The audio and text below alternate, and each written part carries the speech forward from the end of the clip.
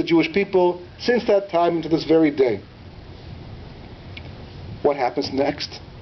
Yaakov goes to Shechem after the battle. He arrives in Shechem peacefully, wants to buy some land, wants to make a peace agreement.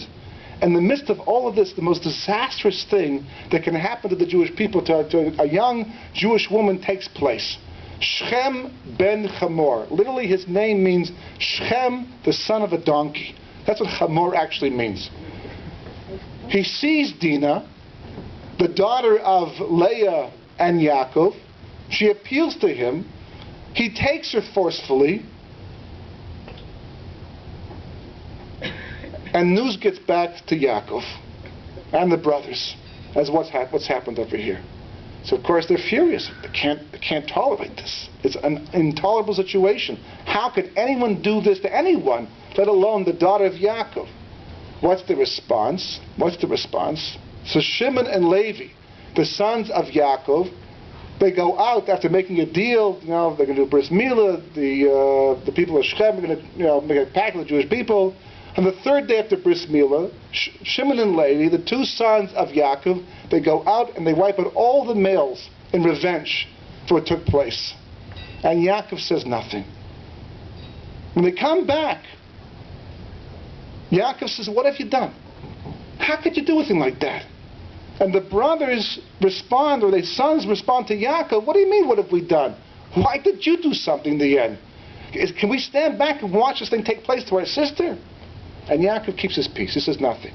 Later on his deathbed, he criticizes his sons for their anger that they showed. But the question becomes, why? Why didn't Yaakov respond himself? How did he stay quiet? And was he right? Was he wrong? All we know is after the whole episode, he leaves Shechem after doing nothing. In fact, the rabbis point out there was almost a war because of it. Because when the people of Canaan saw what Shimon and Levi had done to the people of Shechem, they thought that the Jewish people were actually going to war to take over the land of Canaan, the land of Eretz Israel. They prepared for war. Only by a miracle was Yaakov able to hold them off. But later on in his deathbed, he curses their anger and criticizes them for the mistake that they made. But any father, terrible thing. Why not respond the same way?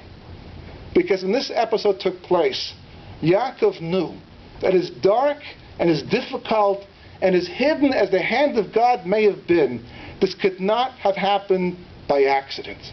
There was something going on over here. Something to do with him. That required rectification. Somehow this is going to fit into the master plan, the ultimate purpose of the Jewish people. As difficult a situation as it might have been to survive, to go through, Yaakov understood if it took place, it was minish shamayim. God somehow ordained it. Why? Difficult? 100%. Regardless, it was hashgacha pratis, divine providence, and rather than respond to it, Yaakov instead did some soul searching to figure out why that might possibly have happened, how to rectify the situation. After the entire episode, God turns to Yaakov and said, "No longer is your name Yaakov, but you're officially going to be called Yisrael." Why? What's the change? What happened over here that made all the difference in the world? So that's what the angel said. Because you fought with an angel, and you fought with a man, and you prevailed.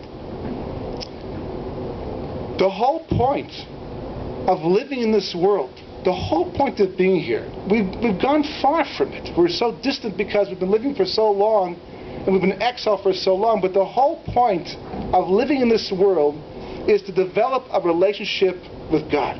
That's what we're doing here. God made man specifically for the sake of connecting to us, so we can connect to Him. It's all about relationship. In fact, the Talmud points out when the man fell once a day, the students of Rabbi Shimon Bar Yochai asked him, why once a day? Why not once every 2 weeks? Why not once a year? That's the way we like to get our money, our pay. It would be nice to have a paycheck once a year for the entire year, to know the money's in the bank. But every single day, you don't know tomorrow your paycheck's going to come in, that the food's going to be there. Why would God do it that way? So he explained to his students the following thing. He says, because, I'll give you an analogy. There was once a father, a king, who had a son, the prince, who was married, and he supported his son and his daughter-in-law and their family. Once a year, he gave them a check for the entire year. He saw his children once a year. When the money ran out, That's what he saw them. I say about students, young boys who go to yeshiva. If you give your son who's going to yeshiva, some money, you'll hear from him quite often because the money goes much faster than people think. Always now, need more money. Give him bank accounts where you put the money in. A little bit more time passes before you hear from them. The account's empty, the checks are bouncing, please put my money in. You give your son a Visa card, you'll never hear from him again. Open account, right? So the king gives his son, the prince, his money once a year. He sees his son once a year, but the king says, it's not enough. I like you. I like your wife. I like my grandchildren. I want to see you on a daily basis. So therefore, I'm going to give you the exact same amount of money, but you have to get it every day, once a day. You come and you visit me. Why? Because it's not about parnasa. It's not about making a living. It's not about how to survive. It's about a relationship. God says the whole reason I give what I give to you is to be able to converse with you, converse with me. As the Gemara says, a mother or father would not know if the money was going to stop today, it would not come tomorrow. So what did the person do? They prayed. They prayed to God the night before, please, tomorrow let the food come back again. And another day. And for 40 years. In fact, this was the whole problem with the man. The whole problem with the man itself was the fact, not that it tasted the way it tasted, because as the rabbis pointed out, the man could taste pretty much like anything you wanted to taste like. A steak, a hamburger, even a cheeseburger, the kosher one.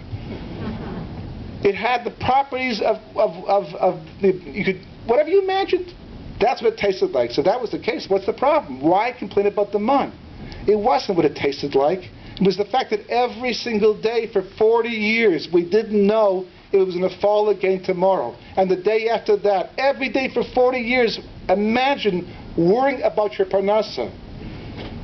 Day after day after day. Will it come? Will it come? Will it come? Having to ask for it, having to pray for it. But the Talmud says that was the whole point of the man. I think it's a coincidence that the word man is the first part of the word money. There's no connection over here. That's the whole point. The whole point of creation is the relationship. And God works behind the scenes, not because He abandons us, not because He's not interested in us, because He wants us to pursue Him. In fact, ever since Adam ate from the tree of knowledge of good and evil in the Garden of Eden, and God said, Ayeka, He asked the question, the number 36, because the number 36 symbolizes the Chaim. And the Chaim symbolizes the inner soul of a person. And it's the soul that allows us to have the relationship with God. He comes to Adam and says, fine, you ate, you enjoyed, you took from the tree. But did it bring you closer to me in the end? Did it facilitate that relationship? Did it fulfill the purpose of creation? You benefited on some physical level. But spiritually speaking, do you shine with the light of Chanuka? Do you shine with that inner Chaim that Noah will have later on that will save him from the flood? There was another reason why the dove came back with an olive branch. The Medrash explains. He could have brought back a branch from a spruce tree, from a cedar tree, some high tree. He went all the way to Israel to get an olive branch. This little dove comes back, stands before Noah, and gives him the olive branch.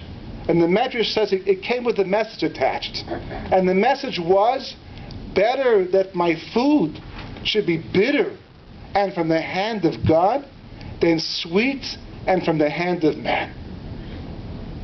That's what the olive branch symbolized. This bird comes back, this little dove. Noah says, I didn't ask you to do that. I only asked for a branch to tell me the flood's over.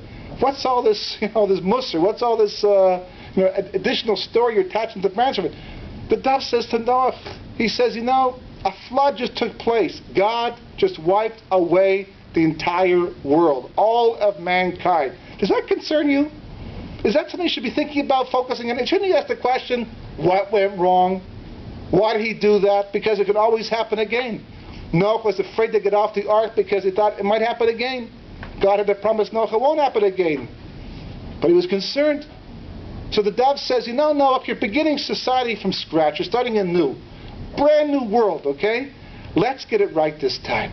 The last time, the entire population, the entire society, up until now, believed it was better to have food that was sweet and from the hand of man than bitter and from the hand of God. But what does it mean bitter? I mean, like, taste the food, you know, soon you will.